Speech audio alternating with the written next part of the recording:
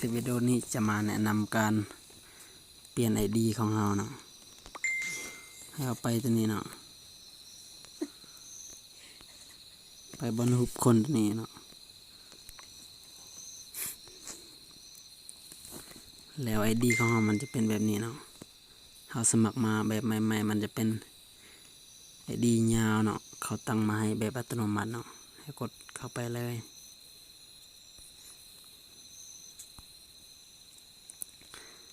แล้วมันจะเห็นเนาะตัวนี้มันชื่อของเราตัวนี้มัน ID เนาะตัวนี้มันQR Code ของเราเนาะแล้วกดเข้าไปบน ID ตัวนี้เลยเข้ามา Visit ID ตัวนี้เนาะแล้วไปต่อบนตัวนี้เนาะเข้ามาเปลี่ยน Visit ID ตัวนี้เนาะแล้วให้เราใส่รหัสเนาะที่เราตอนเราสมัครสมาชิกใหม่เนาะเขาไว้เราใส่แม่นเอารหัสตัวนั้นมาใส่เลยจะบ่แม่นรหัสที่เขาส่งมาให้เนาะตัวนั้นมันรหัสท็อปเนาะตัวนี้มันรหัสที่เราตั้ง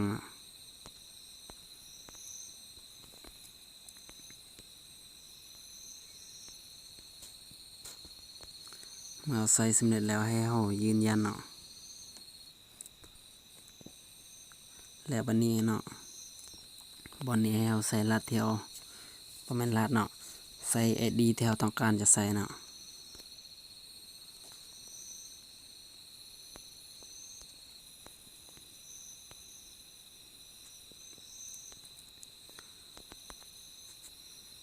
เมื่อเราใส่ตามที่เราต้องการได้เน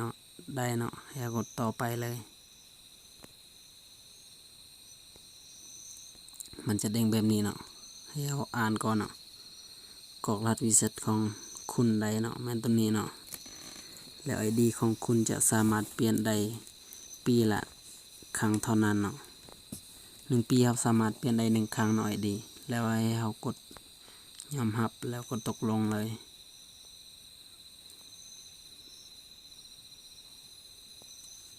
แล้วมันจะเด้งออกหน้านี้เนาะ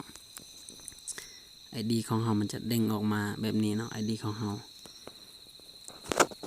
หมู่เราสามารถค้นหา ID เราได้ตัวนี้เนาะ